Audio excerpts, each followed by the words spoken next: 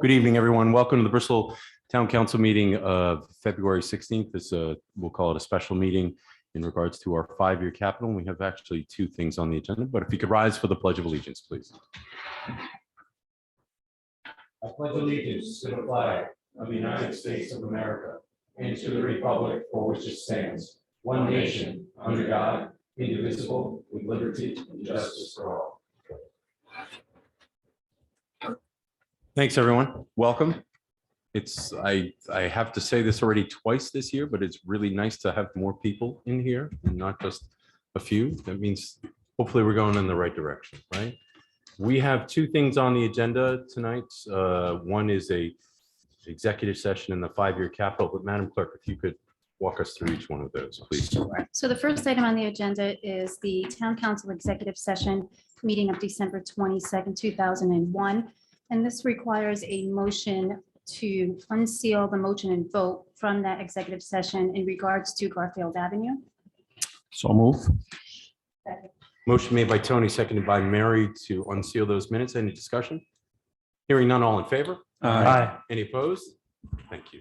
And then if I can just state for the record, the motion that was made on that date. Please. The motion is the vote in the motion in executive session on December 22nd, 2021 was to authorize the purchase of 63 Garfield Court for the purchase price of no more than $175,000 allocated from the town's drainage fund, subject to the deed stating the town's intention to use for open space, drainage, detention, and infiltration. Thank you. Heady stuff, isn't it? Yeah. My goodness. Yes. Crazy. And then the next item on the agenda would be the 5-year capital plan. Okay, so if we could just take a moment, I can hear some feedback. Is it possible we have maybe that mic is on, that you mind, if someone would mind? We can turn it off. No, it's off. It's off. Just 1 second. That's better. That's exactly what it was. Thank you. So the purpose behind this, as probably everyone in the room knows, is to make sure that we stay on target with exactly this, a 5-year capital plan. This is both to get an update for this council and for the public in regards to where we are with capital. I'm going to, in a moment, hand it over to the administrator and the treasurer to take us through the next step, including this report that's in front of us. And we have a spreadsheet, as we typically do, showing our progress. And pretty much what this is so we stay on target. So if there are things that we felt were most important to fund first, second, third, fourth, so on and so on, that we stay on those targets. So with that, looks like Julie's ready to go. Julie, if you could take it from here, please, or Mr. Administrator, if you'd like to start for us. Sure, I'll just do a introduction. The Finance Director, Julie Gauscher, and the department heads, we've been meeting. We went over last year's progress, which you'll see, and the Finance Director will explain that. Much of what we set out to do was completed or in progress. Some of it's waiting for match grants and other opportunities.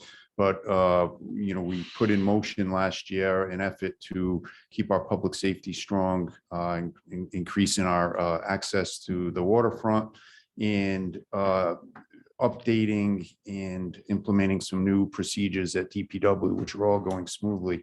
One of the items last year was an additional, over $300,000 was an additional automated trash truck. That's going extremely well. We're now even hauling our own waste to Johnston with our own equipment, which is safe, which is efficient, and it's very easy to track and keep track of, what the tonnage is and what we're actually paying for. So there's no question we're keeping very, very strong records, which we always have. But it's nice to have full control over the trash until we turn it over to resource recovery. So that's going well. Our departments are strong with their equipment, and thank you for that and your support. This year, you're going to see we're going to continue with investments in equipment. DPW, as you all witnessed, it did pay off to buy those heavier trucks during this last storm. They kept the streets open and they got us through the snow drifts, and I'm sure the director Perella will talk a little bit about that. We're going to continue to work on access to the water this year. Great success so far. The harbor master's here. He's going to talk to you about the marina expansion. So that's underway, and we plan to have that open for Memorial Day. And we're fully utilizing the ARPA funds. So hopefully we're going to go out to bid at the end of next month, March, for the final and last phase of the Tanyard Brook project, a long project, but it's paid off to break it down into sections and wait for the right funding opportunities to match with our local funds. So we're looking forward to getting that completed. And those other important drainage projects, which you'll see on here, where they're underway, they're either in permitting or very close to going out to bid. So we're really pleased with our progress in town. The finance director has really crafted a nice budget where it mixes a robust capital of capital for the future, money that we've put aside for future years, along with the grant opportunities and some bonding at the low interest rate. So really confident with what we have here. And I want to thank our finance director. We're lucky, as we say all the time, we're lucky to have a true professional here to help us, of course, all of our department heads. So thank you. That's all I have. And I know I got a little bit long with that. No, but I want to take a moment to say that there are some wonderful things happening here. And sometimes it sounds like self-congratulatory, but I truly believe it's recognizing excellence. And there's going to be a few things that will come up tonight, but you hit on one in particular with our trash handling.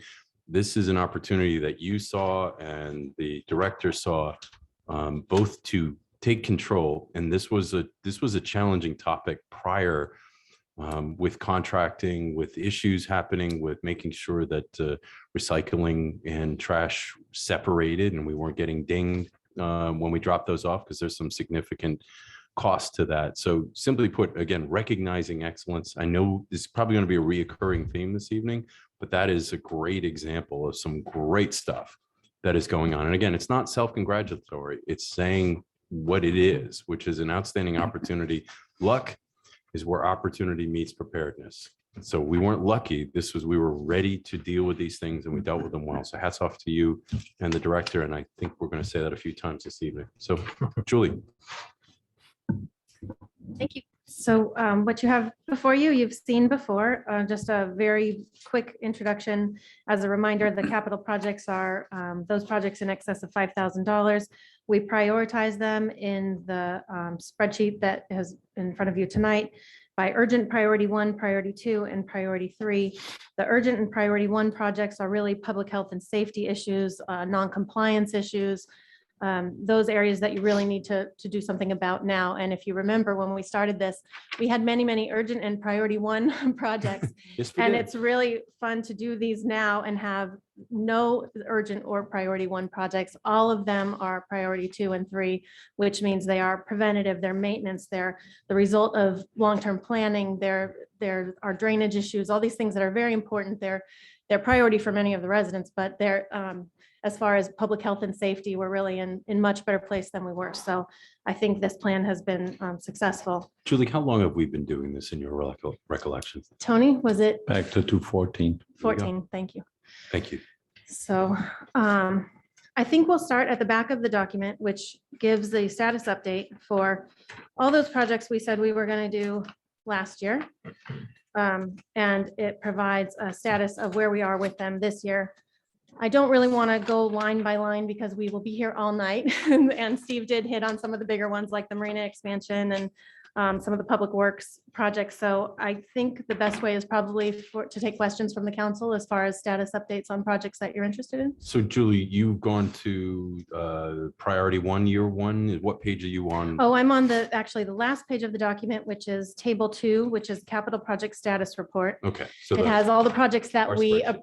talked about last year and that we said we were going to do this year and where we are with them today. So council, maybe I can just open it up to all of us and we can keep this free flowing. Is there a question from anyone to start?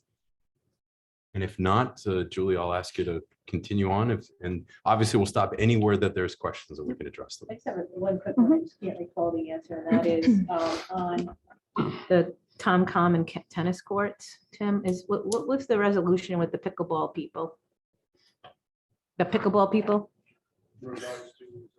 Yeah, like it says it's in progress. That may be off. And the reason we turned that one off because we unplugged it. It was feeding back. Yeah. That's the medium hot seat. I know there was a discussion, and I know that people wanted more pickleball courts there to convert them over, and we talked a lot about keeping both.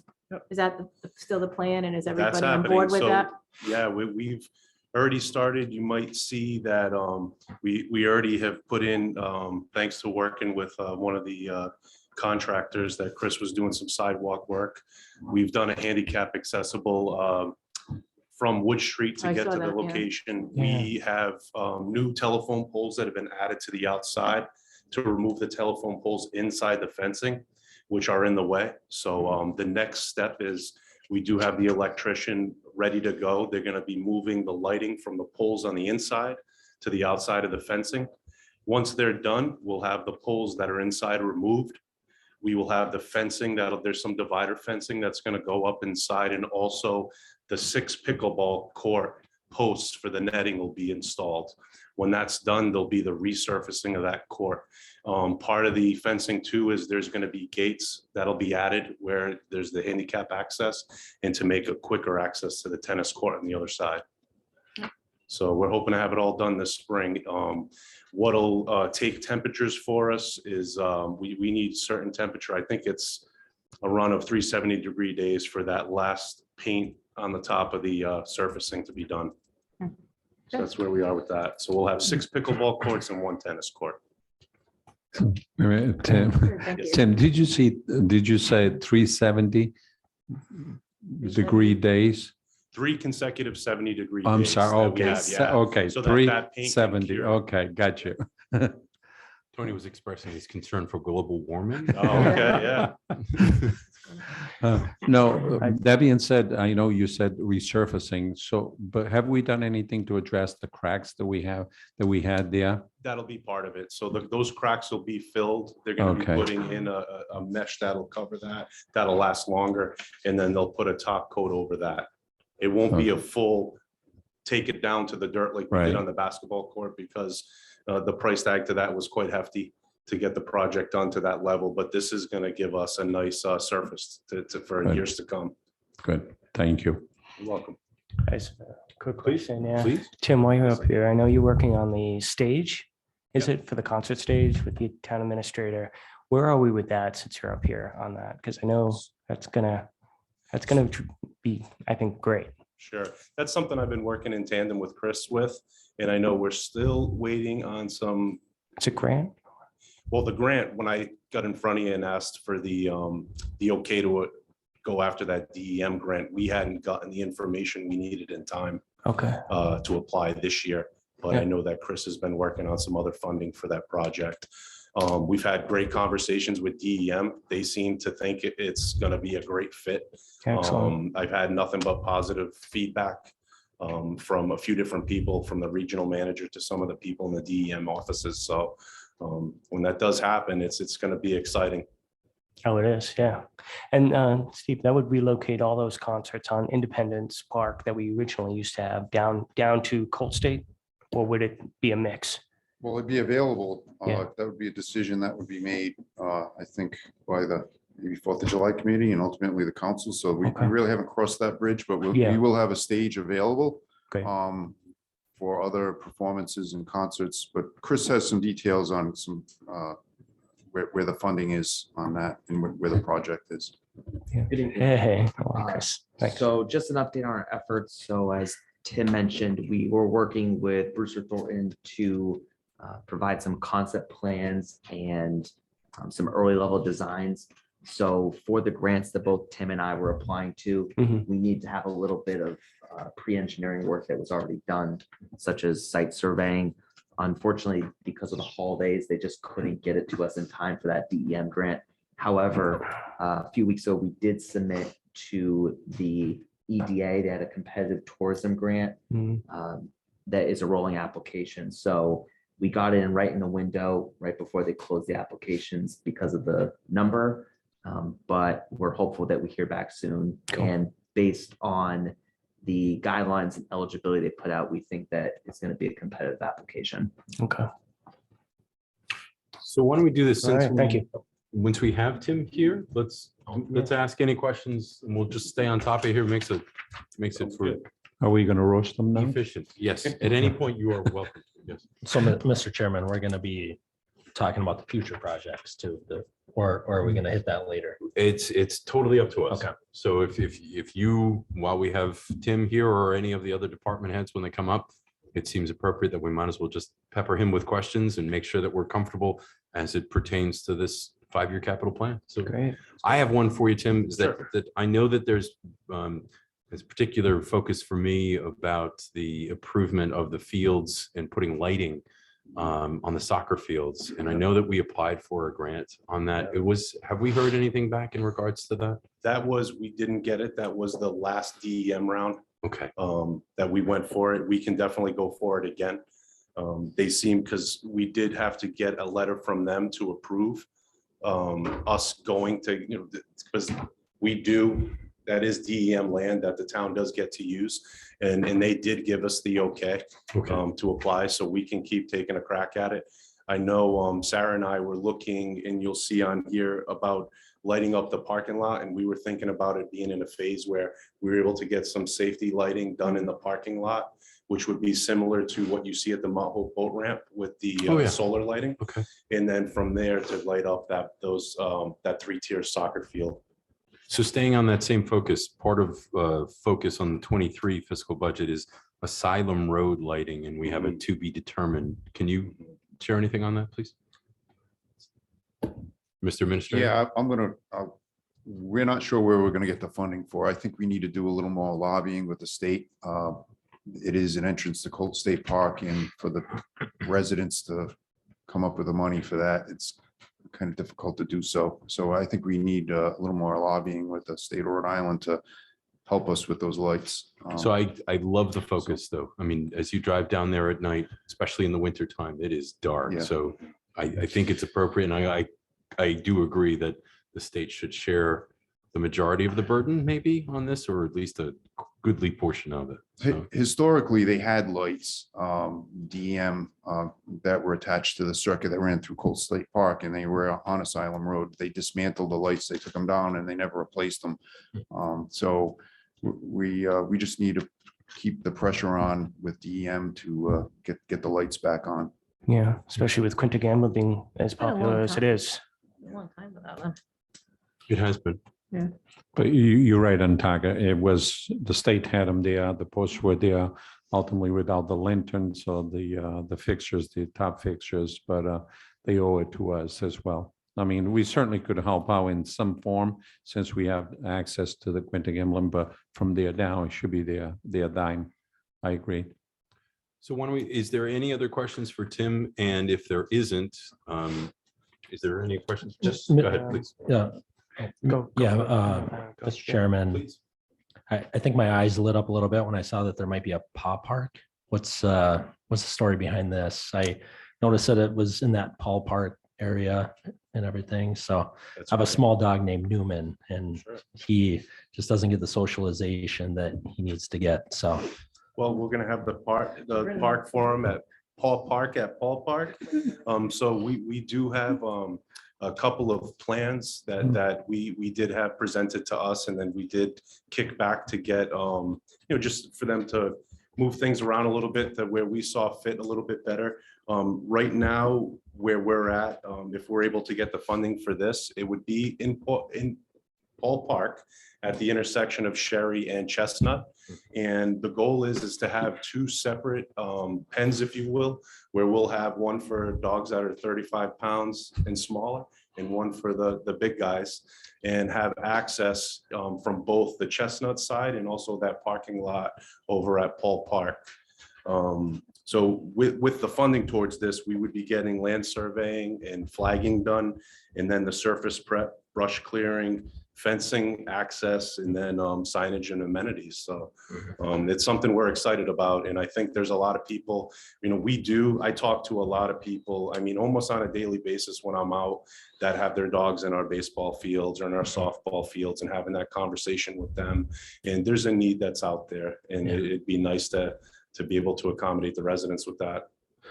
Tim, I know Friends of the Animal Shelter, I know it's been a big project on their docket, and they had talked about putting one near the animal shelter. I don't know, it was very sketchy in regards to, maybe that was 2 years ago. I don't know if you've heard if that is scratched or. I believe it was an access. Access, issue yeah, For yep. them to get to where that plot of land that they were planning for on both Okay. sides. All right, yep. And then the baseball field, Tim, is that gonna remain over there or? Yeah. Okay, So there would be a buffer between Okay. the dog park and the baseball field. okay. Well, the parking lot would be in between it, right? That's right. Anything else for Tim? Tim, do you have anything for us? And sorry, Tony, do you have something else? No, I was just glad to hear that he's separating the heavyweights from the lightweights. Yeah. But no, thank you. Thanks for your support, everything we're doing at Bristol Parks and Recreation. Appreciate it. We may call you back up, but Sure, no problem. thank you. Can I ask Julie a question? Just, I mean, you kind of hit on it. So I work in a school district, so I'm still embedded with masks. So I feel a little peer pressure here, but I'm not gonna let that bother me. I know, I'm the only, like the run, like the only one. But so you mentioned, how good it was to not have any urgents and number one. And that's what I was thinking about. And when I first looked at this, there's only one number one on here. And does that mean that you define them, as you said, that they're maintenance and preventative, or that do the twos then become ones for that next year? Like they move up the ranks so that they actually get completed? And something's been on here for a long time. I mean, So if it's like a planning project, that still it's the result of long-term planning. I still tend to label it as a priority 3, because if you look at the definitions are on page 3. Mm. So it's the project that's one is a result of long-term planning, represents a vision of where the town wants to be. They might be deferred if needed, but if implemented, will allow the town to provide a higher level of service, improve operations, or enhance productivity. And I misspoke. I forgot about our priority 1 project earlier. And that is with DPW. It's the completion of the building up there. And that's because the salt shed is in really poor shape and needs to be taken care of quickly. So that project is in process, and we just need a little bit more funding, I believe, to get that completed. So. I understand the priority. I mean, I understand the, rankings. It's just, if somebody was a 3, would it just stay on there forever? Or because so many other needs are above them, or would they eventually move up the rank, or it become like, oh, if we get a Well, grant for just that, because we'll try it's for a it. 3 doesn't mean that we wouldn't prioritize it if funding had become available. So, classic example is the community development and the grants that they get. Many of those projects are ones that have been on the list for a Right. long time. All of a sudden, an opportunity comes up, with one of their granting agencies. We know that we can match it at 25%, and we take advantage now because we could leave it on the list and let something else come forward, but we'd have to pay full price down the road where we can, double or sometimes even more, the dollars today. So. That makes sense? No, I know. Yeah, I can see some of them shout out for a grant project like the Leahy Pond. Yeah, as long as we have Julie over here with some of the questions, I just had a quick question, Julie, in terms of, I noticed that on this must be the fiscal year 22 that I'm looking at of the ongoing projects. And then the funding sources are predominantly the bond funds and operating capital, except for the Wally School elevator and renovations, which is part of the CPGB grant. I don't know if I ever get that right when I say it, CDBG, but Community Development Block Grants. okay, If that helps. CDBG, yeah, okay. And so I'm imagining here that, and I'm assuming that we won't see any impact of any kind of ARPA funds until the fiscal year 2023 capital budget kicks in. That's when we're going to start kind of seeing? Mostly, I'm trying to, I think there are some projects now that we're starting to already use ARPA funds for. Some of our stormwater and drainage projects, those are eligible for ARPA funds. So we're already going with many of Oh, those. okay, so, Yeah. yeah, so it just applies to whatever the capital budget was in the past. We don't have a lot of ARPA funds going to those projects. Right, so last year, the Yeah. ARPA funds weren't Okay. in process yet, so the fiscal 22 projects, you wouldn't see that, but Okay, I'm sorry. The last year's 5-year plan projects, you wouldn't see them, but ones that we've started this year because we have ARPA funds available. yeah, I guess what I'm saying is, this next fiscal year, 2023, it's going to be nice when capital budget time comes around next year, right? Because now we're going to start seeing these ARPA funds have taken some of these capital Yes. projects off of our list. Yes, and a So- lot of the projects were able to be fast tracked because of the ARPA funds becoming available. So a lot of the stormwater and drainage projects Mhm. that we've had on the list, but we had put down the road because they're more preventative things, were able to come forward and get completed more quickly, which is great. So, No, it's true, and actually the administrator pointed out 10-yard brook. And since I've been on the council, that was a discussion about 10-yard to completion of 2 phases with the 3rd and final one coming up. That's just tremendous. yes, So it's a lot of money, but it's also a massive impact on those residents that live around that area, Yeah. both in safety and in quality of life. So, yes. yeah. So again, this is free dialogue, so we don't necessarily have to go through each one. We had Tim in front of us, so it seemed most appropriate. So we didn't have people kind of standing up and sitting down. So council, feel free to open it up. If there's something you had a particular question on, let's. Julie, I just had a quick question on the current capital projects status report. Yes. So I see some are being funded by operating capital bond funds and everything else. But some of these projects also have grants as Yes. well? The reason So- you don't see the grant funds on here is because the grant, and actually you can see it on this year's 5-year capital plan. If there were grant funds and matching funds, in parentheses on the description of the project, you'll see total project cost is X, town share is Y. The town share is what ends up in the column of what we're approving for our 5-year capital plan, because that's our funding need. Pull an example of that. Okay, so on the 5-year capital plan, you can see under community development, the town common parking lot, stormwater improvements. If you see that right under Lisa Lane, it's $141,000 estimated project cost, but $56,500 is what we are anticipating our grant match to be. So next year, when you look at the status report, you'll see $56,500 on here, and whether or not we spent the money. And if the project was a little more or less, then that would be reflected on this document. Gotcha. Okay. Julie, can I just kind of get back to the rankings a little bit? Yes. And one of the things I've noticed, like some of the communities and some of the chatter that I've been hearing and some of the circles that I run in work is that communities are starting to add like climate resilience to their rankings. To what extent? I noticed that a lot of these projects are climate resilience related. Anything that's stormwater, that's going to be related to climate resilience and Right. everything like that. And I mean, even like DPW trucks, like we have greater precipitation events and things like that Right. because of climate change. You know, that is a climate resilience thing, in my opinion. Are we already incorporating climate resilience into Yes. our rankings, or is that? So I've also been hearing more and more about that. They're calling it the ESG funds. I can't remember off the top of my head what that is, but it involves the climate change and resiliency. The rating agencies are asking a lot about that. It's included in our bond issuance documents now. Diane Williamson is actually in travel. She's commuting right now, so she couldn't be here tonight.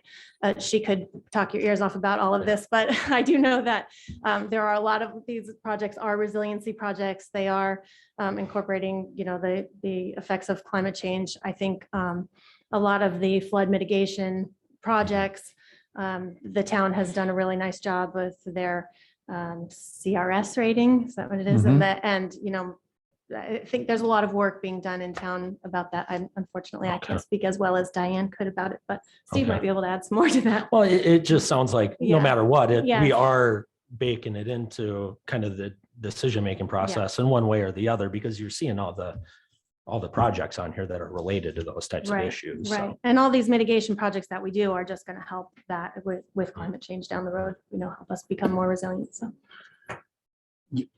You're going to see a grant opportunity shortly. We feel pretty confident we're going to get it. And it's a resiliency grant for Independence Park. And the concrete apron there is in really tough shape. So the grant and the plan that we have right now has removing that and put a new surface in and more porous, permeable surfaces and a greening of the area, stormwater mitigation. So exactly what you're talking about. Shortly, you should be getting a presentation on that for some improvements. But that is one of those grants that it's pretty promising that we're going to get it. So I'd like to, if I may, Director Perella, if you would. We were just talking about 10-Yard Brook Phase 3, but I think we'll just start on just a couple of things. Is we have a tree truck, which if you could speak to that, and I'm assuming the chipper would probably be in tandem with that. Okay, sure.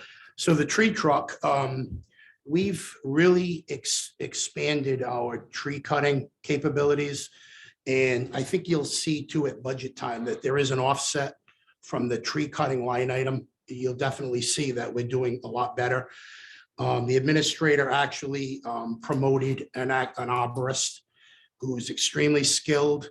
And we've got a crew that goes out almost daily now, weather permitting, and just in case there's a contingency, but we don't have the capability with the current bucket truck we have. When we purchased that bucket truck a few years back, the Dodge, it reaches probably a maximum height of 41 feet. If you got it to reach any higher, it probably wouldn't be good for lighting and electrical work, things we do with it. But that was fine for trimming trees, but we're at the point where we actually do takedowns, tree removal. I mean, we do full service, big work. So this tree truck would allow us a reach of about 75 feet. It's a much safer for what we do. The Dodge that we have, it doesn't have protection over the cab for when you drop limbs. This does. This is set up for this. The stabilizers are much wider. It's just a full service tree truck. And like I said, we're taking down a lot of trees and we're getting very good at it. I mean, we're limited by how many people we can put out on a crew, but there's at least 3 or 4 that go out almost daily. And I think we're held back now because of this truck. So I think- Director, a couple of questions. First Sure. is that the feedback that I'm getting from the public has been very positive about just trees in general. And I know the administrator's office in particular gets a lot of requests. That's where they go through. But I would ask you, Mr. Administrator, have you seen an uptick in this or a downtick? But I can tell you that the feedback that I get from the public is that it's been very positive. These improvements have been very positive.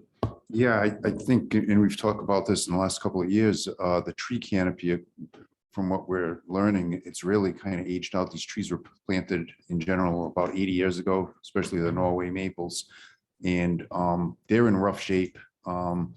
So the director is right. We're still using our contractor for the more intricate work, the work around power lines, the bigger trees. But they do work closely with the tree warden on a great deal of work, and it hasn't slowed down. It's pretty steady. But I think if you drive around, you'll see that the tree canopy is raised.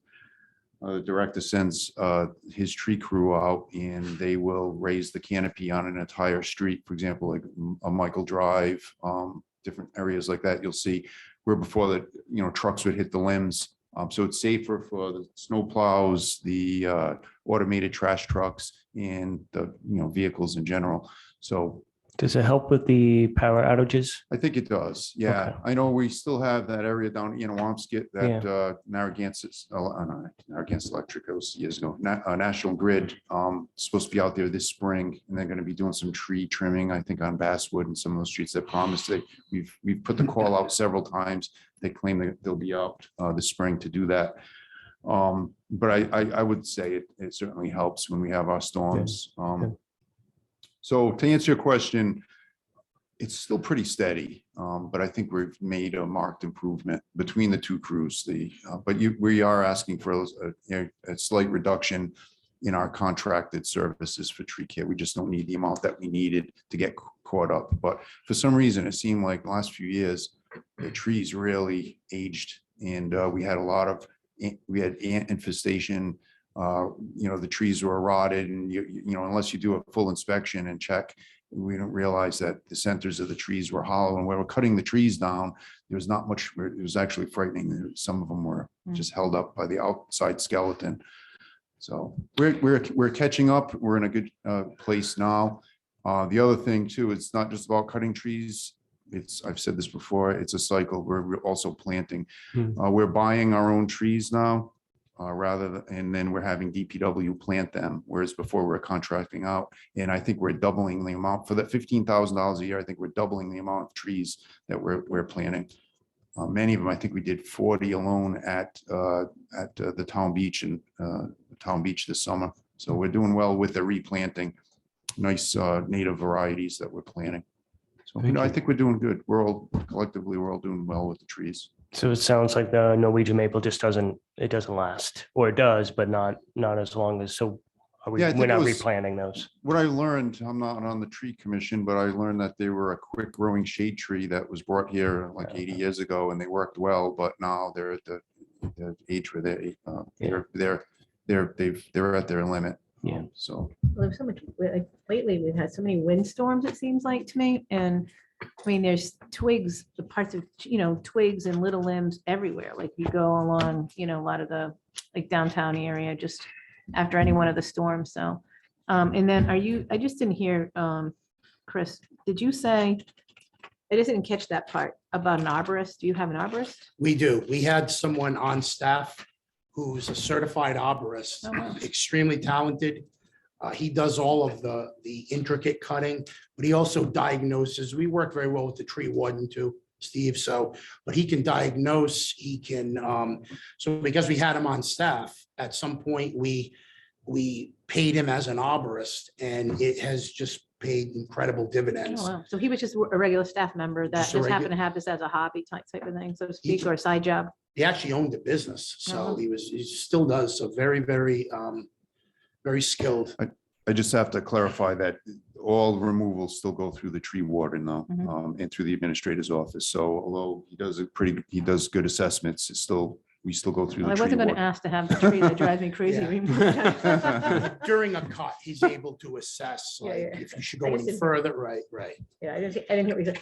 Now, what about the, I think it got more or less done, but the limbs on the trees along the sidewalks, because they get very low sometimes, and They they, do. especially the linden trees are just kind of hanging there, and tall people have to really move it out of the way.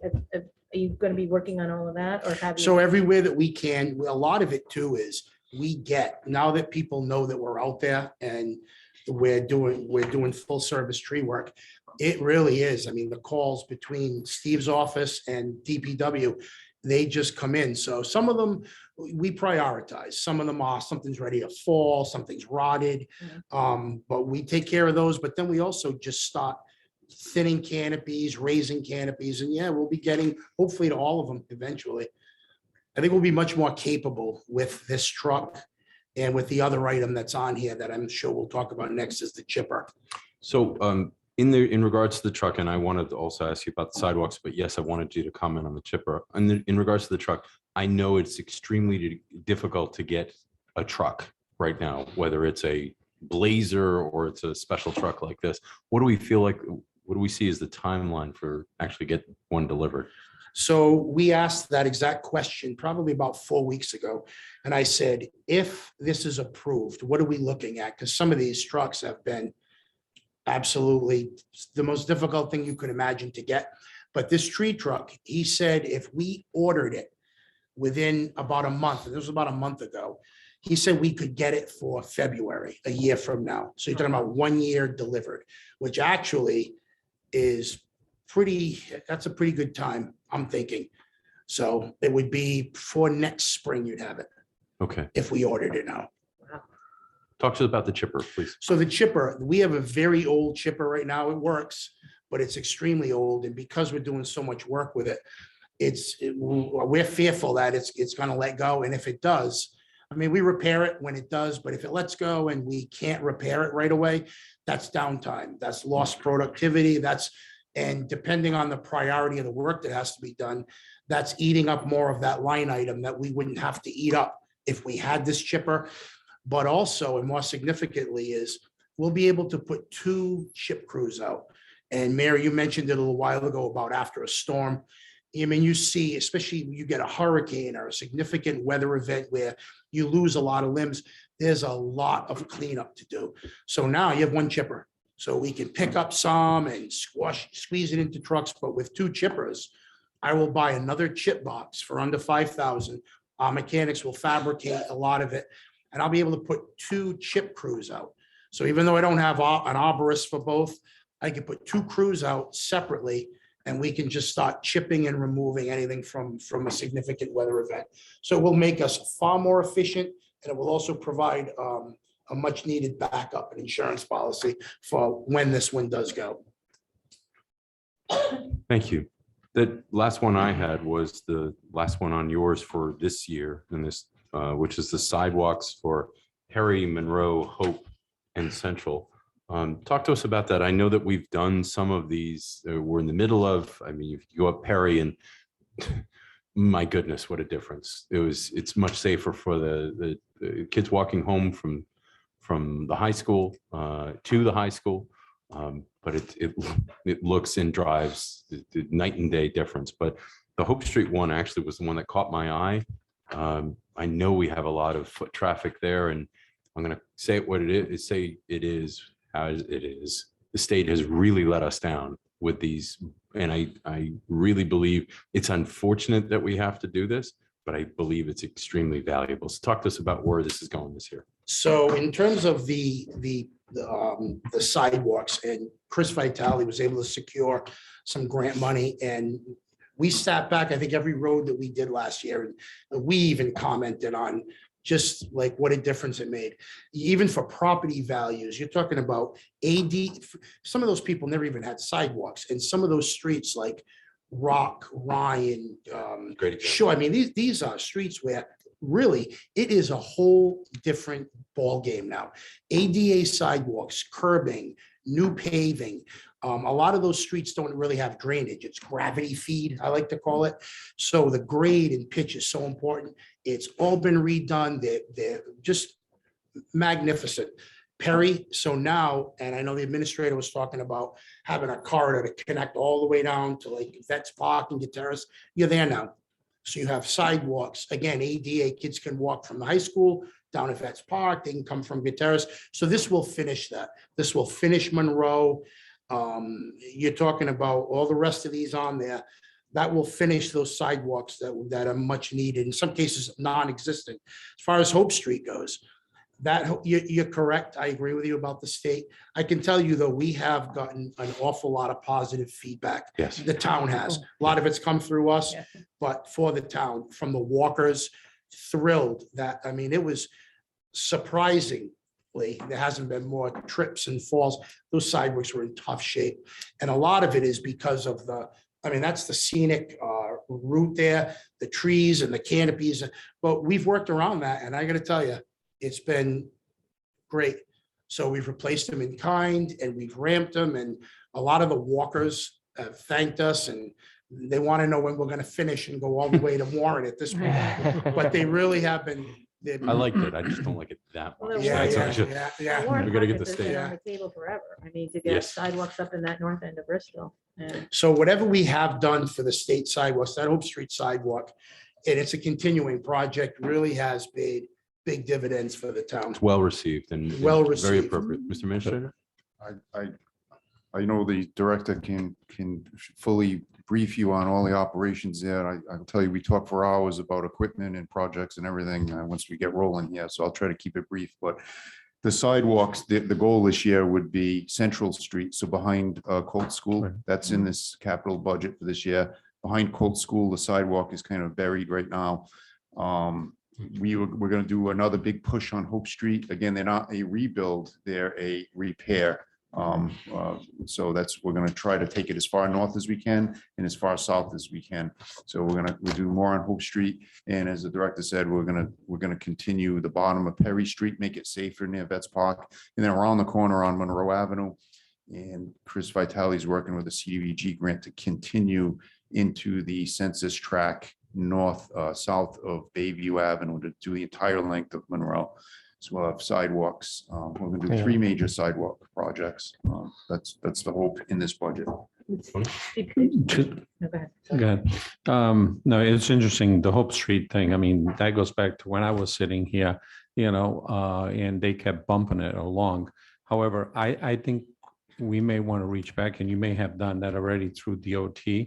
Director Alvidi, I think because of this last round of funds that are coming down, they actually expediting some projects, they moving forward. I know in the other little town, that's happening. Projects are to be done in 2026, moving to this summer. Likewise, I think, we may want to check that box off again with them and squeeze them a little bit. Yeah, we did, Diane Williamson and I did meet with Director Alvidi, and we did talk about that. Again, we're doing repairs. They look like what we have left is asphalt work, but we're looking at least 3 years away by the time they rebuild it. They're gonna come in, they're gonna do ADA, they're gonna do a whole new tree inventory, replanting where needed. Would you, Mr. Administrator, would you state for all, I think we all know, but ADA is wheelchair accessible and for a simple way of saying it, is that fair? I know it's more difficult than that, but Right. just it is wheelchair accessible. So, Right, all that's right. right. Thank you. So what we're doing is we're just repairing what's there. Mhm. We're not doing a total rebuild. That's why you'll see sections that we didn't touch. If we had to do the entire thing over, we'd have to comply with all the new requirements, which is millions and millions of dollars. We just couldn't afford it. So for the amount of money we're spending to get us through the next few years, we did think about it. Ms. Texera, in fact, we met with the Director Alvidi. We just can't wait any longer. We have heaves and trip hazards, and one fall is a fall too many for the amount of money we're going to spend there. I think we go forward and not wait any longer, because we've seen the tip go, you've seen, this has been going on since 1999. We have the documentation. We're in the tip. In 2019, I remember handwriting a letter to somebody saying, the good news is next year, the DOT said they're going to do it. And shame on me for taking their word for it. The projects keep getting delayed. I know there's a big change now, as you said, with the Right. infrastructure funds, but we just can't wait. And I think that we need to go forward. And if they do the construction, the design isn't even done yet. We're talking at least 3 years away, even if they had the money. By the time they get it approved, go out to bid. So I think we get them repaired. That's what we're asking for. But we did consider it. Mhm. And we did meet with Director Alvidi. Right. So Steve, you have so where you had like asphalt or whatever, or little paths, you putting more asphalt. I noticed that. But where there are no sidewalks, we're not doing any of that right now. Or are we going to just make like an asphalt path? If it's crushed gravel, we're able to. But if it's just dirt, no, we can't. The other interesting thing is where the tree roots are. We're not allowed to touch the tree roots. So you'll notice we hump over them. That's how we're able to get this done. So we're actually going over the tree roots, which isn't a long-term solution, but it's safe, and people are using those sidewalks every day. Yeah. And we're waiting for the big project is like they did 10 years ago on Hope Street, downtown Bristol, which came out great. That's what we're waiting for. But right now we're repairing. I call it a repair project. It's not a rebuild, it's a repair. The only people I know who are disappointed this is happening is my son and his friend, because they like to ride their bikes down there and they've lost all the bumps. So it's no fun anymore. Yeah. I told them the, bigger picture here. So anything else for Chris? Any questions while he's in front of us?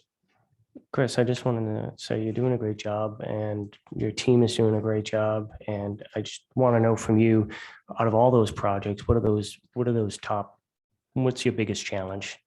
So the biggest challenge was trying to catch up on some of the equipment that we needed.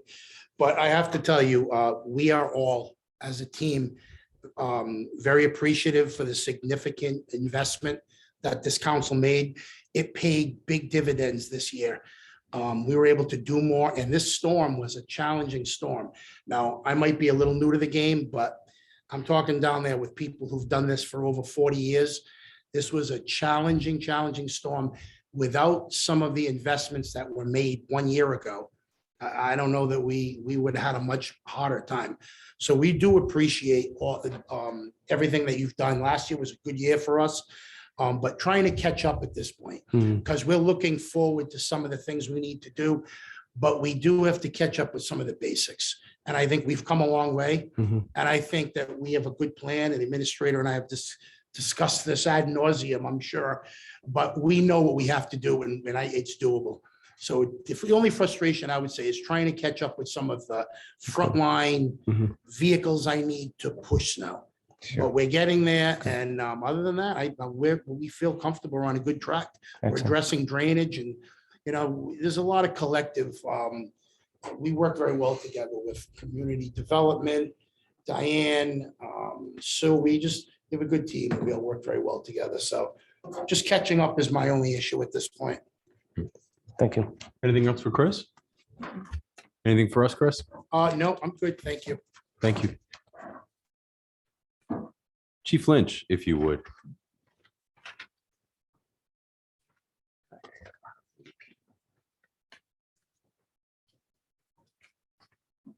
You only have a couple of things. I think I'm- the things we took out last year. Yeah, yeah. If you could, just real quick, mobile command center, I know that's, and actually just might as well comment on both if you would. Both the mobile command center and the parking lot stormwater improvements that I'm talking about year one here, so. Yes, so I'll start with the latter. The parking lot stormwater improvement somewhat predates my tenure with the Bristol Police Department. I guess it's been on the global plan for quite some time to work with the issues that the town has, with drainage. So Ed Tanner had approached, and we walked the parking lot. So it would be to work on the stormwater issues that cause flooding on Metacom and down behind Metacom as it goes behind Jackie's and toward Franklin Street. So a lot of it would be retaining that storm water that comes off the property. So if you kind of look when you pull into the police station where the police cars are parked, you'll notice that whole area continuously washes out and it pools and it puddles. So the goal would be to do some mitigation onto the property and to contain the water at the police station headquarters, so that it doesn't further erode into other areas, other community and other properties. So that's the concern, and Ed has revitalized the project and think it's important for the overall plan for the town. It's a downstream benefit of that. Is Yes. that- Okay. Yes, that's what I know about that project. And I'll just comment quickly. The administrator has Diane Williamson also working on a grant project with DEM for the property behind the police station, the old greenhouses, looking at those, a full foundation. And we haven't had anything tested, but we believe that, there could be some old asbestos in that particular area that we're working to abate and to clean up that particular property for future development for the town or for the police department. So other things will be coming with the capital budget if we can get that property cleaned up. But those are some of the things that we're working on the ground. And I think you all know about the mobile command. You all saw it out last weekend when we were passing out home test kits for COVID-19 with the fire department. We deployed it to Town Beach when we were doing the testing clinics. We deployed it during my tenure when we bifurcated the police department and set up an ancillary police department. It's a plug and play system. It can go to the fire department. It can go to Gutierrez School right now when it sets up for the parade or during any type of an emergency situation. It was manufactured in 2004. The internal technology of it, just envision a cell phone from 2004. That's what we're operating off of. There's VHS, there's old static equipment in there. So the electronics inside of the vehicle are 2004. They just don't line up with modern day technology. And that's what the 65,000 would be to do. 5 workstations, telephone systems, surveillance type systems. So I've always called it a roving town hall or a roving town building. If you notice this year, although one of the things that this town did was they built it a great garage back when they purchased it, and they really have preserved it. We will get 30 to 35 years out of that vehicle. It's a 2004. The mechanics has low mileage. We fixed a few of the rust blisters that it had this year. I sent it out and had it all the new badging, which the stickers, and we put down Town of Bristol public safety vehicle. It just doesn't belong to the police department while we're trained to operate it. It's there if town hall was to flood out due to an emergency. We could park that on the side of the curb and employees could work out of that. And that's why I call it a mobile town hall or a mobile office. And it's a huge asset to the police department, the fire department, or any, town department. And it has been priceless during the COVID-19 pandemic. We have applied countless times for an emergency management grant to get the funding to update that. We just haven't been successful. The administrator called me this week when he saw that it was on the capital budget and put me in touch with Chris Albert at Senator Reed's office. And I've reached out to them and they are interested in applying at their level, seeking if there are any grant opportunities. However, it stays on the capital budget because, if you folks approve that, we will update this for modern technology, but I still will drill down to try to find grant funding over taxpayer money. Senator Reed has been a tremendous help Tremendous. in boats, in equipment such as this that keep our people safe. So Yes. I agree. I have to ask, year 4, we have a police station feasibility study. Yes. Talk to us about that. Well, we're kind of taking, I guess, a page out of the book from Portsmouth Police Department. I don't know if you've ever driven by and saw the new Portsmouth Police Station, kind of very similar police department, community size. And if you look at the building, it kind of looks like a great big cape, if you know what a cape looks like for a house. All of the building is in the roof and it's in the back. When you look at it, it really fits a community like Bristol when you look at the exterior design of it. It's not a big, massive brick, government type building. It really fits the picture of that community. So one of the things that they did very successful was they worked in an outdated police station that was in the front of their building. They built the new police headquarters behind it. And then they took that building down and obviously made parking space, for the community. That's something that I envision, for the Bristol Police Department. We did work with Roger Williams University and Diane Williamson. And unfortunately, it just didn't rise to the level of a true feasibility study. What is the crime impact? How many calls of service do you have? What is the age of the police station? A feasibility study would look at, is it, do you take down the current building? Is it more feasible to build behind? So those things would take into effect what real estate is worth, the age of the building, what it would cost to bring it up to modern day standards, what is the best benefit or opportunity, for the town of Bristol. So that's why I say first step is to get that abatement done on that particular land. Whether the police department uses it or not, it's the best thing for the town to do, to get that real estate cleaned up and get that brownfield site, abated. And then we move to a feasibility study and listen to what the professionals say. If they say a second floor goes on, or they say it's cheaper to build a whole new building, those are outcomes that you would get from a professional feasibility study. That's what Portsmouth did. It allowed them to kind of prepare renderings of what a new police station would look at estimated costs, and it allowed them to build a bond to go out and let the taxpayers make a decision. So that's what the feasibility study would be, would help educate us all. And so that, you could educate the public to make a good decision for the future of their public safety. Council? So why is it in year 4 and not, next year or the year after? I guess it's just kind of timing to see when we can get that, like I said, I'm taking things in a step. I want to get that. I want to work with DEM. Diane's very confident that we're heading in the right direction to get a grant to pay for that to be completely cleaned up. So I think that's the first stages, and that stuff just doesn't move lightning fast. So that's why it is pushed up. What year is that building built anyway? The current police station? Is it 79? 78. I thought it was 77, but it could be 78. So late The 70s. administrator would know better than I. So, yeah. Yeah, it's nearing 50 years old, and we wanted to do some upgrades recently, and with the CVT tiles that are kind of curling up in some of the areas.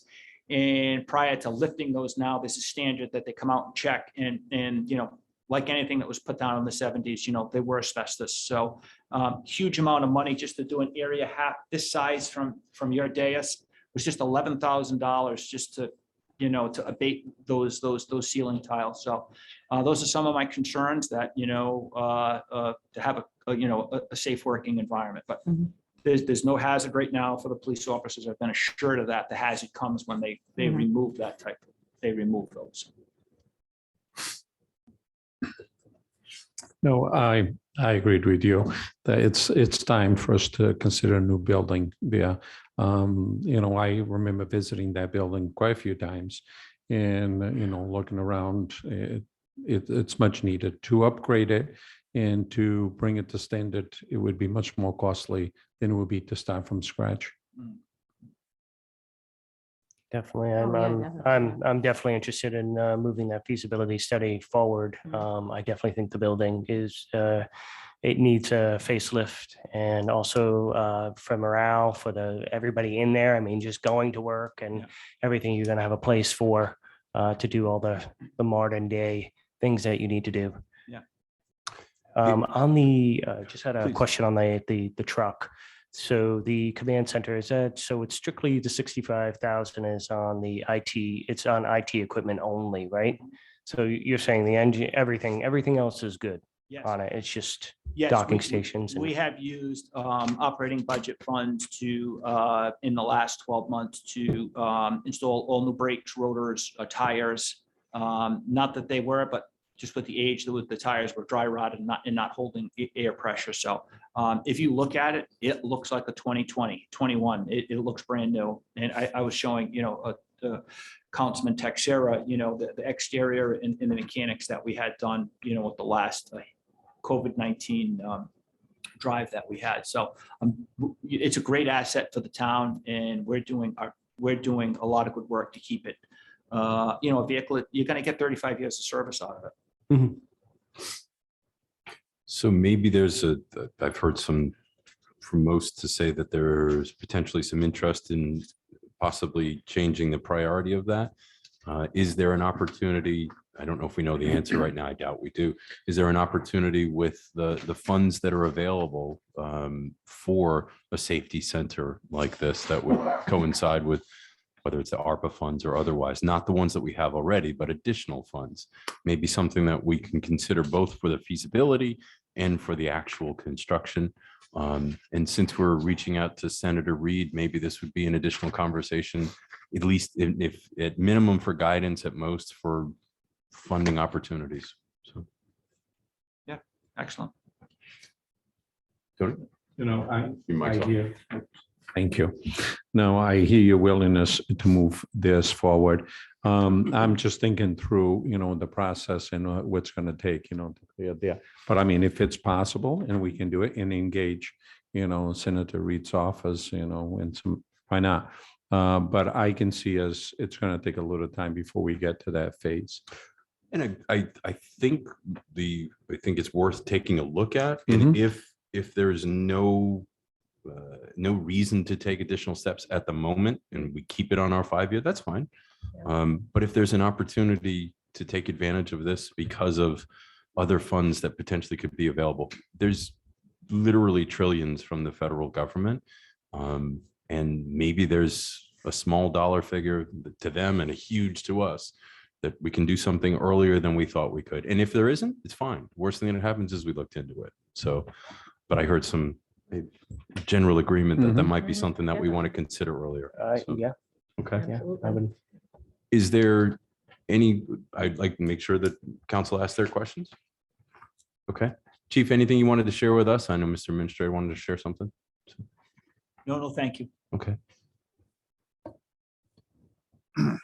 We will certainly work with the chief and we'll look at some grant opportunities and we'll push this forward. But I just have to put on record that the Department of Public Works, it's at priority right now. That building is, talk about antiquated. It needs you know, we put in for we're at 1.2 million just to get those vehicles in a heated environment. The air quality in the building needs to be addressed. The sprinkler system, there is no sprinkler system, so it keeps us up at night. That's the only reason. There's no one.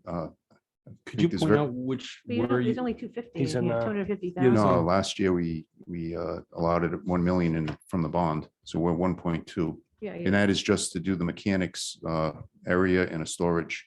But the building, we should really do a tour so you can see what I'm talking about. The So let's- building is from like. let's 19 stop this for a sec, You're right, because I Steve, but think we don't there's, see it in here. I'm not clear on, I don't, maybe we all are, maybe I'm the only one that So I isn't. don't think the two things are, like, I think that DPW needs to get done, Yeah. but I don't see that like an either or with the police, like moving that feasibility study up. Like, I don't see them necessarily related, especially if there's all this federal money coming in. So Right. what I'm not seeing in here is I see the completion of the building renovation for 250,000 for this year as a priority one, but I don't see anything else for that building in DPW for the other 4 years.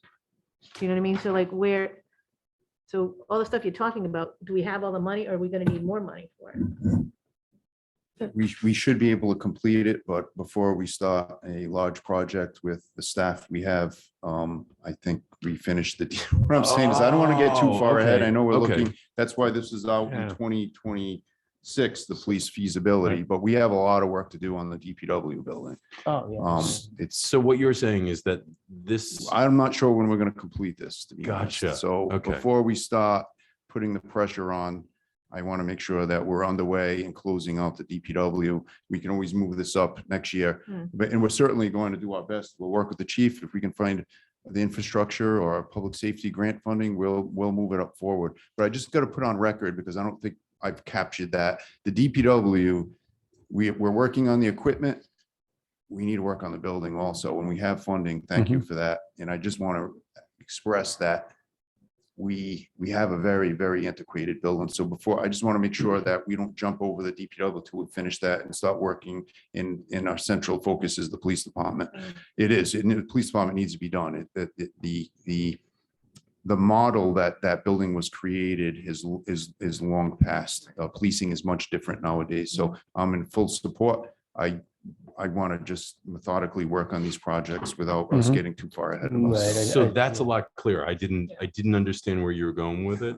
I'm sure we all agree, and certainly this is this year for DPW and those upgrades, and this is 4 years out for a feasibility study, not the actual construction of one. So the first step is actually, of course, the feasibility.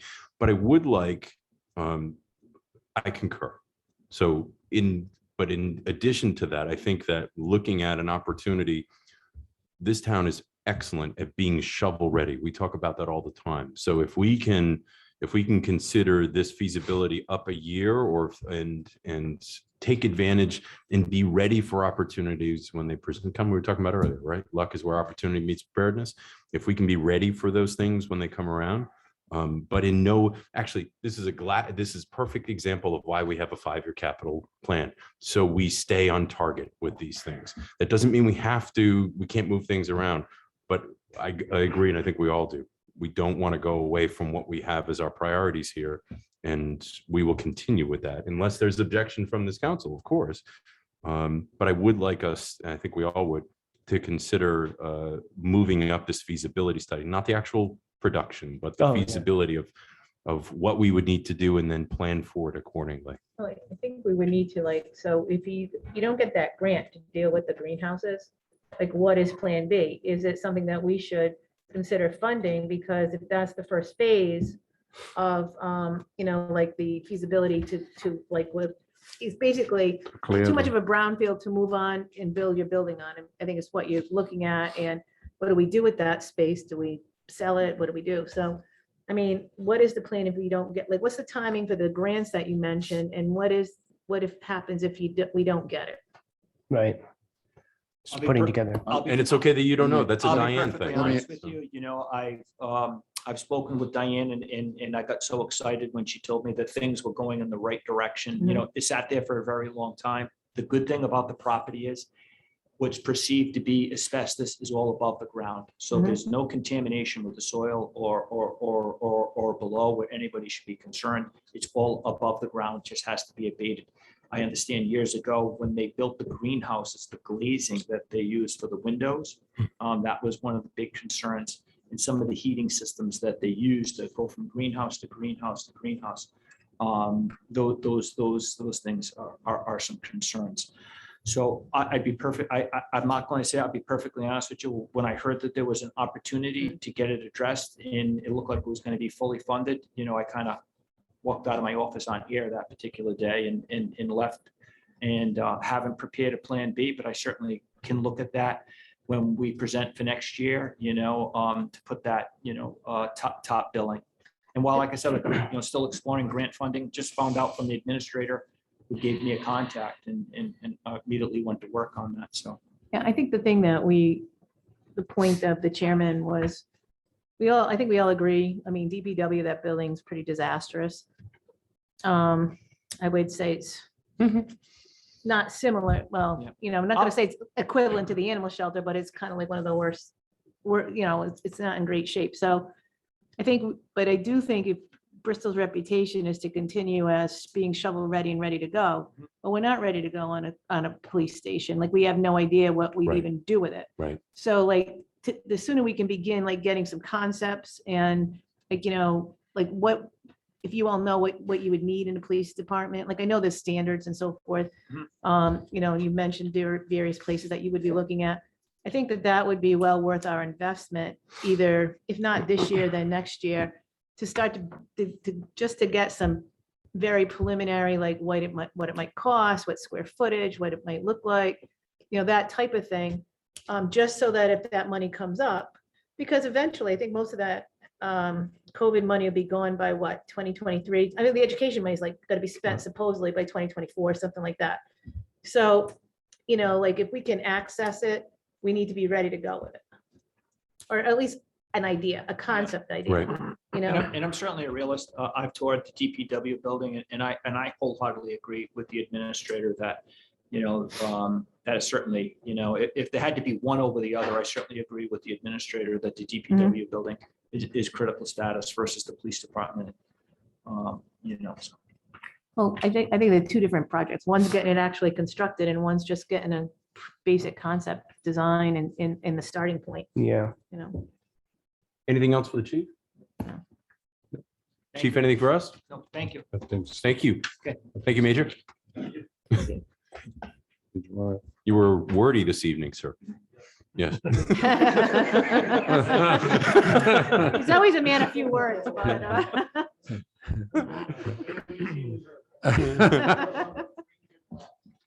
Mr. Harbor Master, you're next on the list, so. And you were prefaced by the administrator's comments at the beginning of our meeting, so why don't we just dig right in and there's cranes in the sky? Cranes in the sky. Yes, so, go ahead. I guess I should have prepared better and brought some pictures, but maybe I can do that in the March council meeting. I can update you on with the pictures and stuff, but. Let's just- stop right there and maybe let's make a note for that. And no, I want you to share Yeah. your thoughts, but we can get that on and we can use our, Yeah. the things that are right next to us, those monitors to share that, but Because please. what you're not seeing is the technology that we're using at the dock. That's just incredible. There's not a lot of things in the world that excite me. And Really? really, Okay. but the mooring system that we're using that was designed is incredible. So right now, with what you see out there, and I encourage you to go down the next couple of days because we're going to get a lot of southwest wind. Is 8 of the floats are in. I'm sorry, 10 of the floats are in, and they're all moored with the 16-ton blocks in the C-Flex mooring system. They're going to pull out for a couple of days because of the storm. They don't want to damage their crane, so they'll leave them tomorrow morning. They'll be back on Monday. So all the concrete docks are in. We have 2 left to go. They're out on moorings. Everything's working well. We're on target to be open for Memorial Day, as long as things get shipped. So That's the only thing we're waiting on. So, but it looks good though. Like I said, I'd be more than happy to put a presentation together with the current pictures and stuff for you guys. I think that this pictures speak a million words, but it's going well. Greg, I think the fuel station looks great. When I walked down there, it looks like the tank looks great, and it looks like you're gonna be all ready to go. We're 97.5% there to be open. We're waiting on the fuel contractor to come back and calibrate that we're pumping a gallon. It's important, Greg. And then Mr. Speaker's gonna come down. I spoke to him today that they'll be coming down to put their little sticker on saying, yeah, a gallon's a gallon here at Bristol. So, Great. no, everything's good there. We're excited. You know, I know the fishermen are really excited because with these cold temperatures, they hate carrying their 5-gallon jugs down the dock, filling their boats up. So we'll hopefully week and a half will be open, ready to go. Wow. So. I have to say, that those guys are really something else. I walk every morning in 16 degree, and these guys are just bundled up and ready to go regardless. The only day that I saw them missing was the snow day. Yeah. So No, other than that, they're right on task, and no, they move in. They're tough guys. They don't. I was out there today moving some stuff around with them, getting ready for the storm, and I'm freezing and I'm bundled up. And those guys are out there in sweatshirts, stocking hat or hard hat, some gloves, and they're like, "What's wrong with you?" And I'm like, I'm not out here every day," but they're doing well. This is a good company, good project. They keep moving forward. I think the public's going to be happy. If you get time during the day and you get a decent day out, and you want to come down, I'll take you out there in a boat. Those docks do not move. You won't see those move until we get a 4.5, 5 foot swell rolling through there, and then they'll start acting like they're supposed to.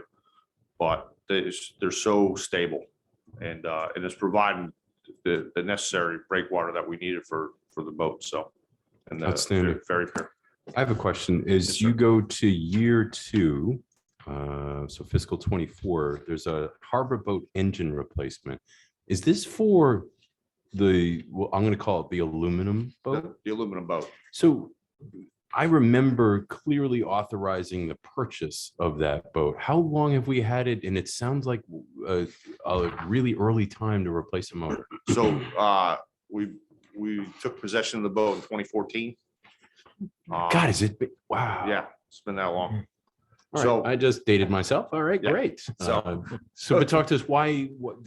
What makes it necessary? It seems like it feels early. Am I wrong with that? well, we're getting up on age of the motors, and we're right around 3,400 hours on the outboards now, with another summer to go. And I don't want it to be a big surprise when I walk into the town administrator's office and say we need to replace the outboards because we blew the power pack in it or blew the head, and it's a hefty fund of money just to pull out of thin air. So that's why we have it in 2024. Council. Okay. I think you covered it well. I really did want to say when you mentioned it that the commercial fishermen are an important part of the community. The State Street dock is one of the last working docks that that I can think of. And this town has done an outstanding job continuing the access to the waterfront, not only for the commercial fishermen, but for everyone. There's granite markers around, and more specifically, what I was talking about and what we were all talking about is State Street dock is just so important to us. So, and outstanding job on this. This council put a lot of effort and energy, again, dating myself of authorizing the millions to take these steps, and then additional $2 million to complete this harbor expansion. This will pay for itself. I know that our numbers were conservative on it. Julie, I'm looking at you. We were very conservative on it. So I know that we should see some revenues, and importantly, more life downtown, additional life downtown, and transient spaces for either visitors from out of town or visitors from the other side of town. Yep. I'm really looking forward to it. This is a wonderful addition for not only for the town, but the businesses in town and the people in town. So good stuff. Please. I'm glad to see the Independence Park is here, and I know the administrator already addressed that through the grant, because that's about the only piece that we really have in the waterfront that really needs to be touched up. Independence Park and State Street ramp, also to a certain extent there. Once we get those done, I mean, our waterfront will be pristine. Sure. So The, much appreciated all the efforts that are being put into it to make sure that that happens. Absolutely. Greg, on the wait list, that's outstanding. Once that marina is in and functioning, everything, do we clear that clean? I No. know there's always sitting, No. so we have a supply and demand problem, which is a good thing. High demand. There's 170 plus, every day, every time that it's in the paper or people tune into the town administrator's table on that he puts out on Facebook there. Every time that goes on. Chris is laughing in the back, just we're clear. I had to point you out, so. Been there yet? You tune in, Chris. So, good luck. So if people come in and they keep adding to the list. 48 to 50 spaces will be used in that marina. And that was all, remember, all to do with parking and what we can do, what we can't do, and that stuff. We're gonna centralize the public safety boats in the one area, keep the cameras on them, and then go into assigning spaces. So we build that normal this year. And because I need to see, 90% completion before I call you up and say, hey, Tim, your boat slip's available, right? So we're gonna rebuild again, probably towards end of March, beginning of April. Yeah. Start moving people off the list. It'll help, but I encourage people to get on the list, and because you never know what's gonna happen. Right. You you just don't. I mean, boating has been huge the last 2-3 years. We're doing very well down there, and it's gonna be great in the future. Not just for boaters though, because everybody that comes down there, they love that they can walk from Cold State Park, across the boardwalk, and they cannot wait to get out there and walk that additional 1,000 feet around the dock. It's quite a ways, so they're excited. Oh, it's an economic engine. Can't wait for it to get going. Do you Anything think the gas prices are going to have an impact on boaters or not really? On No, one hand, if you can afford the boat, but on the other hand. nah, I think boaters boat, there was never been a really downside of that. I mean, you in New England, we get 4 months out of the year if we're lucky. If you fish, you might get an extra month on either side of it. People are still gonna go out in the water. They're still gonna visit and go places because that's their vacation for a lot of these people. We had this year, I spent a lot of time talking to folks visiting. We had 11 different countries visit Bristol this year. Wow. France, Germany, Sweden, Australia, a couple from South America. So we've had all these. They hear about Bristol. They want to come there. We get the families, and then we get the older people that are cruisers just going up and down the coast. So they like coming to Bristol. Sailboats don't really take much fuel, if any. Yeah. But If you do it right. if you do it right. Yeah. Some people don't. But no, I think we'll do all right.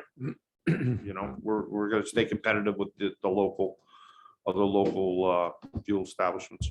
Greg, you're like an ambassador down there. Wouldn't You're go gonna, that far. are we gonna be staffed up and ready to go for all these?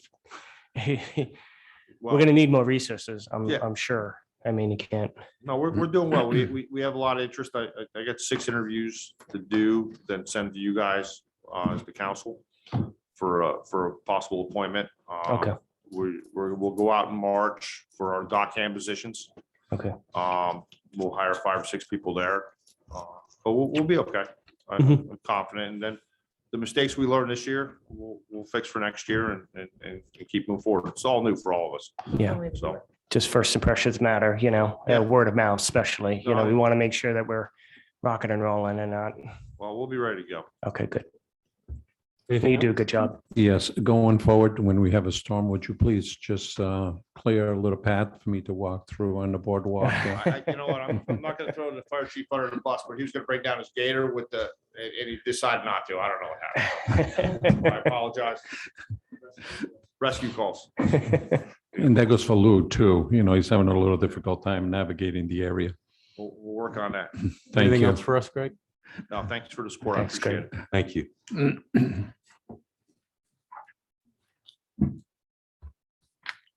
Chief. DeMello.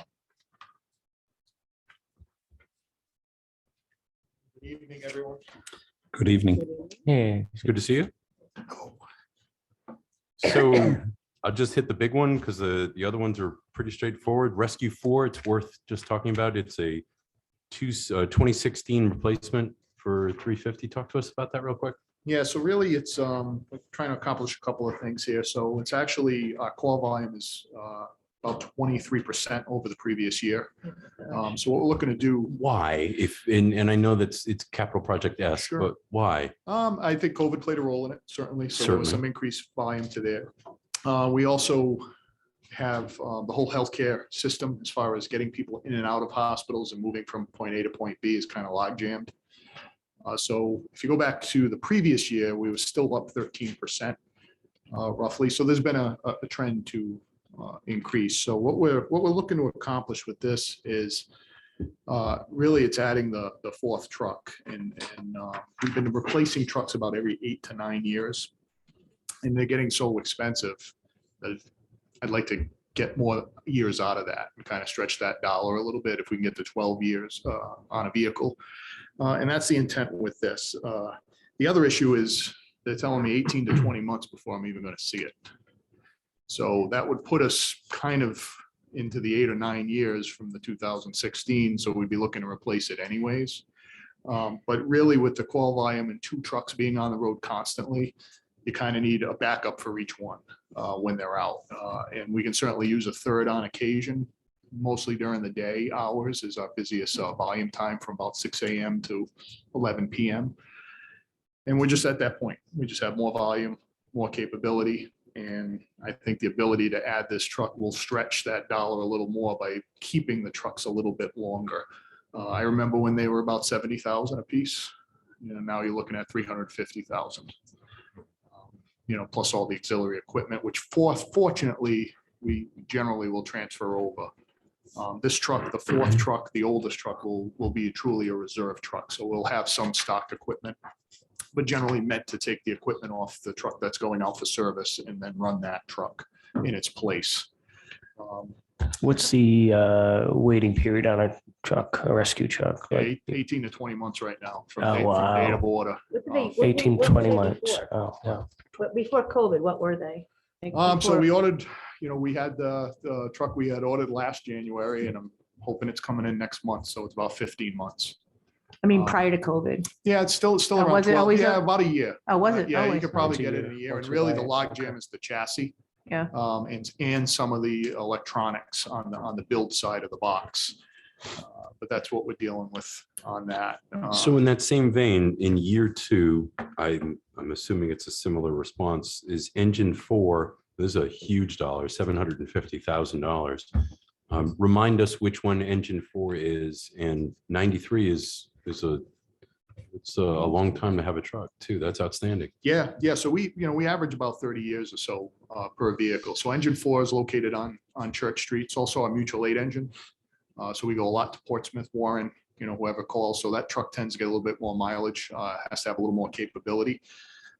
You'll also see that it's in this year, and it's in this year for an order only. So, what we'll be looking for this year is the permission to order it, because they're telling me 2 years before we see that truck. And it's also important to remember that all the ambulance and the engines, they're all custom built. So there is no lot to pick anything off of. So they're all built to how we design them. So they work for us. So that adds to the build time. So typically before COVID, I think we were looking at maybe about 16 months for an engine or so. So that's kind of pushed almost another year out. And the other big factor of getting these ordered now is locking in the price. The price has been increasing, pretty significant numbers year over year on the trucks. And for whatever reason, we're seeing that again. And that's why I see that number at 750. But again, you're looking at hopefully a 30-year vehicle Mhm. that'll go through. Can I just ask a question about this, though? In the past, if I remember correctly, we would have something like a $750,000 split over a couple of years in capital. So are we not doing that anymore, Julie?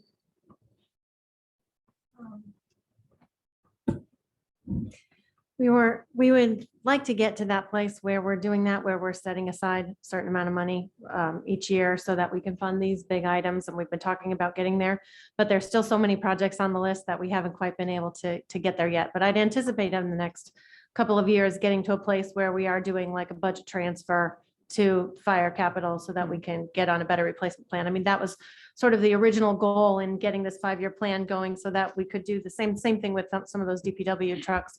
They're very expensive as well. So some of those big items. And ideally, we start to work this stuff into the operating budget too, so that Right. there's a better Thank you. vehicle, Yeah. operating capital line in DPW and a healthier, And I know we're all in Fire truck would concurrence. never be in operating. not in 1 year, but maybe a transfer out to the capital fund, something like that. So, Oh, transfer out. to yeah, capital, yeah, so that you could. But we start- used to do that. I mean, we used to do that maybe like 10 years ago or 8 years ago. It seems like. When I came here, we were, the recession had just hit. So my first few years here were extremely lean and we had taken the capital from a healthy place where every department had their own capital budget to a very, very minimal, just trying to, 300,000. get for by. everybody. Yeah. So Yeah. the first many years here were very lean. for me. And we've made Yeah. some, and, Yeah. and I know we're all in agreement, but it's worth saying it again, is that continuing to add that to our budget so we borrow less. And borrowing is very attractive right now, and we should be. We're taking advantage of very inexpensive money. Councilman Lane and I were actually talking about this earlier. It's an opportunity that we should take advantage of, but it's not going to be there forever. So having it budgeted, so when these things come up, we know none of this is a surprise.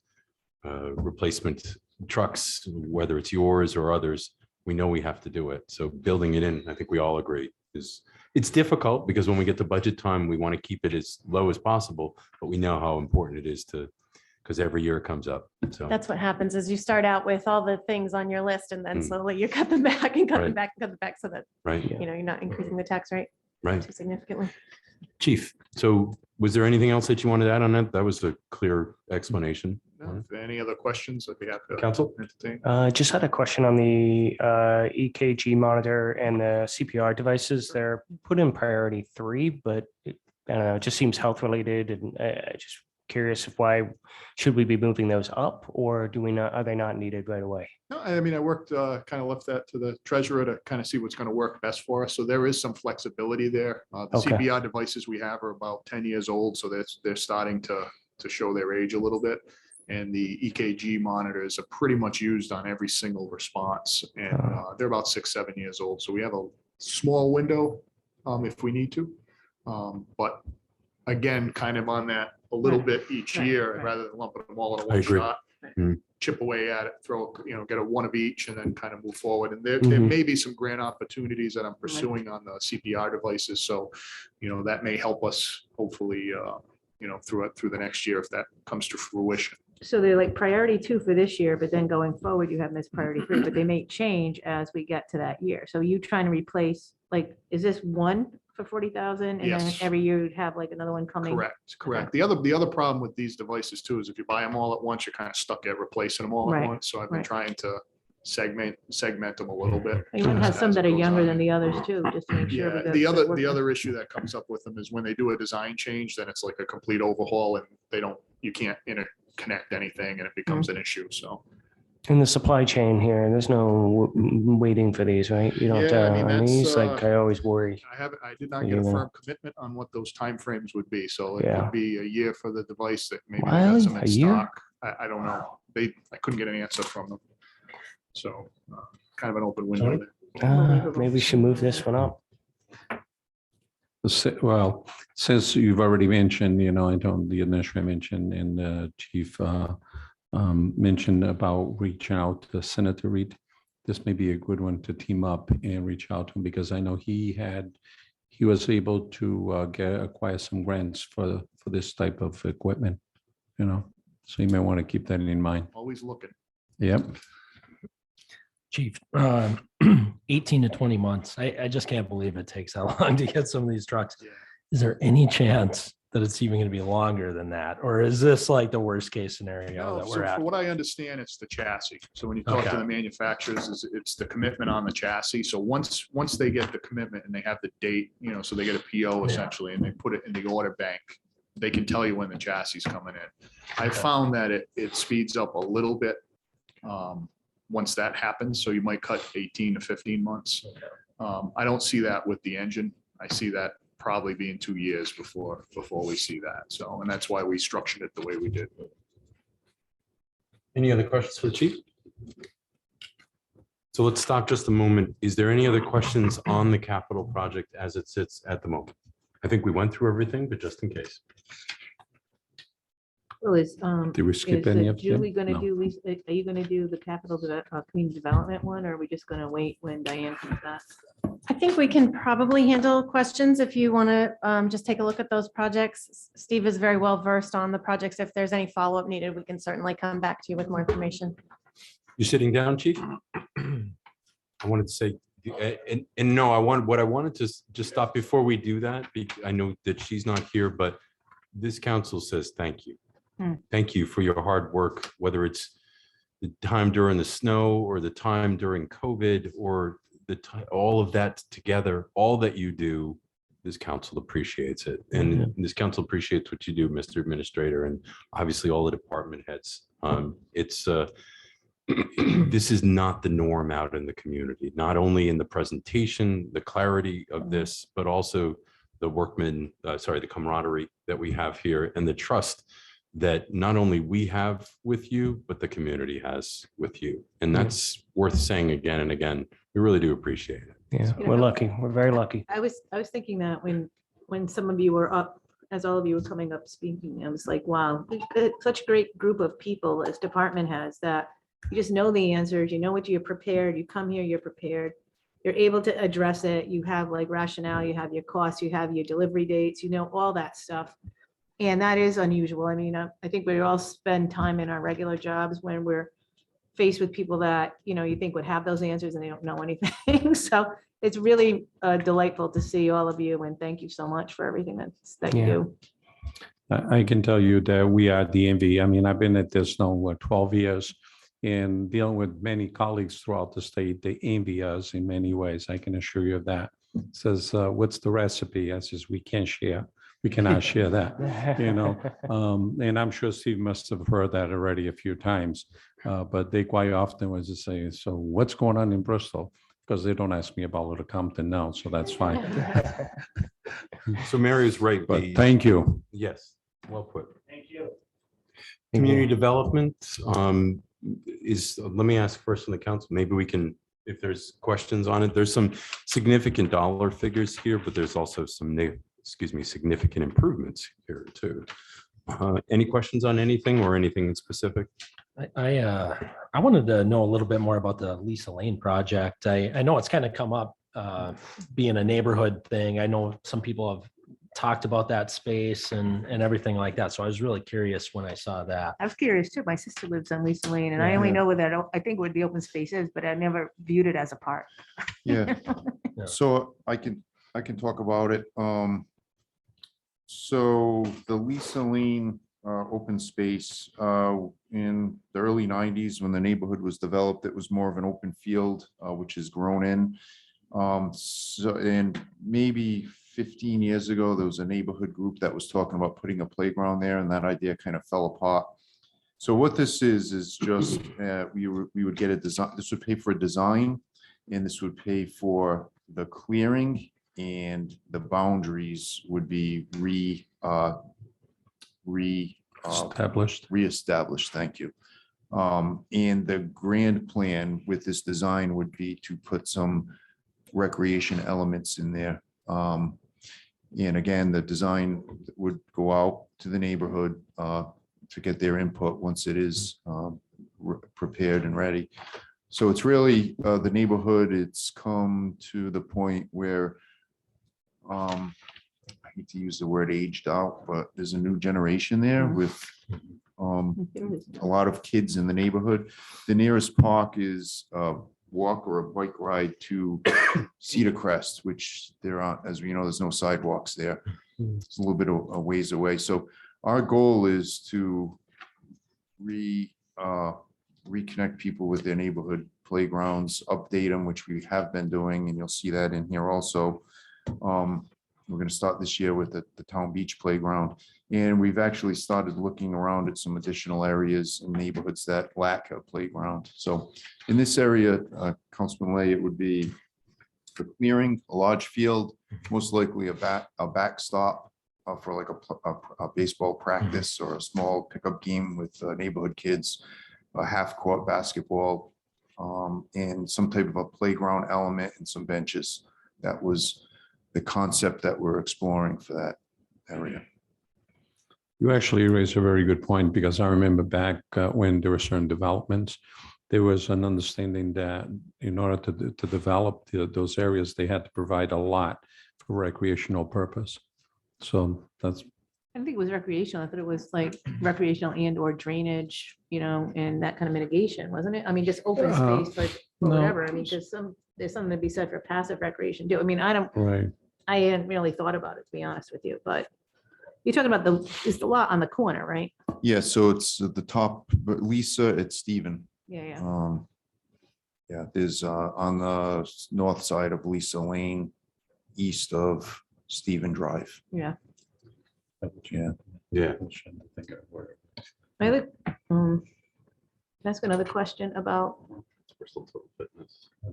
Bristol Toyota. Please, Oh, absolutely. not We're about looking at this. Lisa Lane. oh, yeah. Yeah. Yes. I just wanted to ask on the Tanyard watershed, the drainage improvements on Fox Hill is in this budget, but in the phase 3 construction project is in DPW. Like, what was the rationale for the split? I know they're two different types of projects, but they're still part of Tanyard. I'll take that. So the Tanyard watershed drainage improvement, that's separate from Tanyard Brook. Mhm. This is the project that encompasses everything from Anthony Avenue, Woodlawn, Collins Street, Fox Hill. It's that whole area around Fox Hills. Yeah, Collins, right? Collins Street, Yeah. right? So, and it also encompasses that Garfield Avenue, the lot is going to be part of this project. So that's separate from Tanyard. The other interesting thing people have been asking, the work at the State Street Reservoir, that's separate, although it's part of Tanyard Brook, that was a separate grant that we got. And that's just to help slow down some of the water that's coming down from Medicum Avenue down State Street, empties out into there. I was just more curious why it was in two different departments than, I know the projects are different, but just why it was in two different departments, that's all. Well, we've, right from the beginning, we've always put Tanyard in DPW, and I think that was when Director McBride was involved with it. It was in DPW, so we kept it there. So how that worked was the planning is in community development, and then once it goes out to construction, it moves to DPW for the construction management in interactions with the So the contractor. drainage planning, yeah. Yeah. Mr. Administrator, if you could speak to Silver Creek, that's a significant dollar figure. And when I'm talking about the East Branch, Leela Jean. Leela Jean, we're ready to go out to bid next month for that project. So that is the tributary that starts like behind Arnold Lumber. And again, that's water we're getting from Medicum Avenue. It goes underneath the Mount Hope High School and eventually ends up in Silver Creek. So what we learned was the neighborhood floods the Leela Jean Drive area and Allen Avenue. That whole area floods when it rains. The stream that that flows down from like Peter Road, the Arnold Lumber area. Yeah. It's filled with sediment. We think a lot of it is road sand and so forth over the years. So when it rains heavy, it's not carrying the water. It's actually just sheet flowing into the road and through the neighborhood. So this project has actually required a lot of permitting. You taught to believe Army Corps of Engineers ended up being involved in it. Because we have to take earth out of there and reestablish the stream. So we have to do it during the summer months where it'll be least and our impact will be the least with some of the habitat in the reptiles that are living there. So we have to do that during the summer, but we're planning on going out to bid next month in March. So you'll be seeing that. Do you know if that would affect the like Dartmouth and Dixon and obviously it'll affect the high school because of that water. I don't know. I'm always amazed on how far water starts from just in our small town and where it ends up. It's tremendous how much of effect from the end of Medicom near what used to be, well, I'm from Bristol, huh? What used to be Bristol Toyota, starting in that area and how it runs through is impressive. Do you know if that would affect? I honestly, I don't think so, but I'm not 100% sure, but I haven't heard that and I haven't seen that. This is mainly that water. This project is from, like I said, the Peter Road area and it flows south. We've actually walked there countless times and followed the stream and so I don't see it going that way, but it's possible. If anything, I think they would be impacted by what's coming out of Tupelo from the area. Rather than from here. It's interesting to walk back there. I've had an opportunity to walk, actually starting right by the lumberyard all the way through to Chestnut. It's interesting. Yeah. When the colonel was still living, made sure I took a walk through. Yeah. Well, it just shows you the efforts that are put into whether it's the zoning and the planning and water runoff, and then you can see the impact to the town, which is the residents of the town, of hundreds of thousands of dollars. We're not making new. We're approving what has been disproved, I guess, and filled with sand and all of that. So it's expensive, but it's also has a massive impact. Especially Leela Jean that's pretty bad over there when it rains. Yeah. So, okay. What other questions for the administrator in regards to community development? Just had a question on the Byfield elevator for ADA. Do we need to make that a higher priority or how we?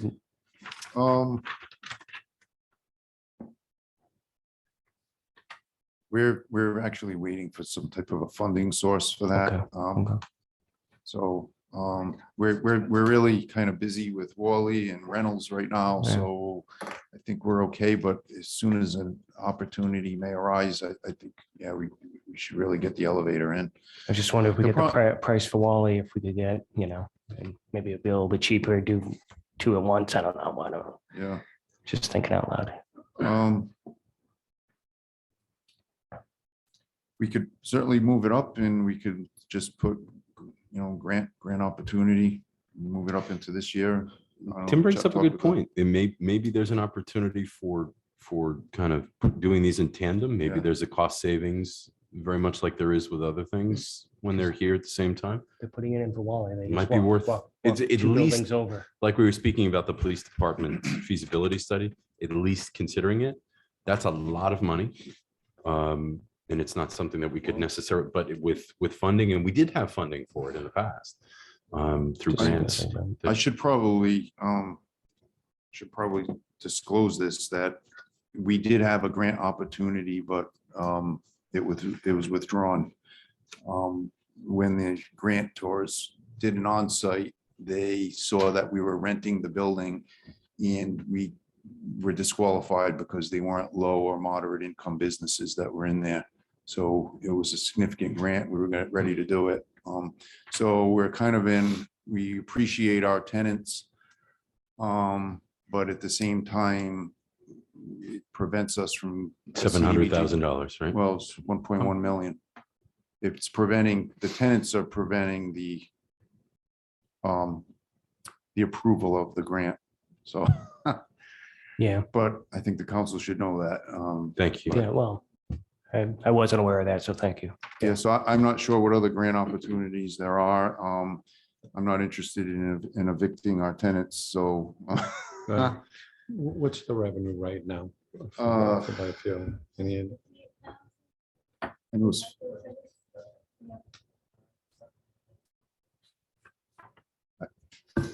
We just were looking at this, Chris and I, for in budget preparation, and I believe the net number was about 58,000 a year that we're receiving off of the Byfield rents.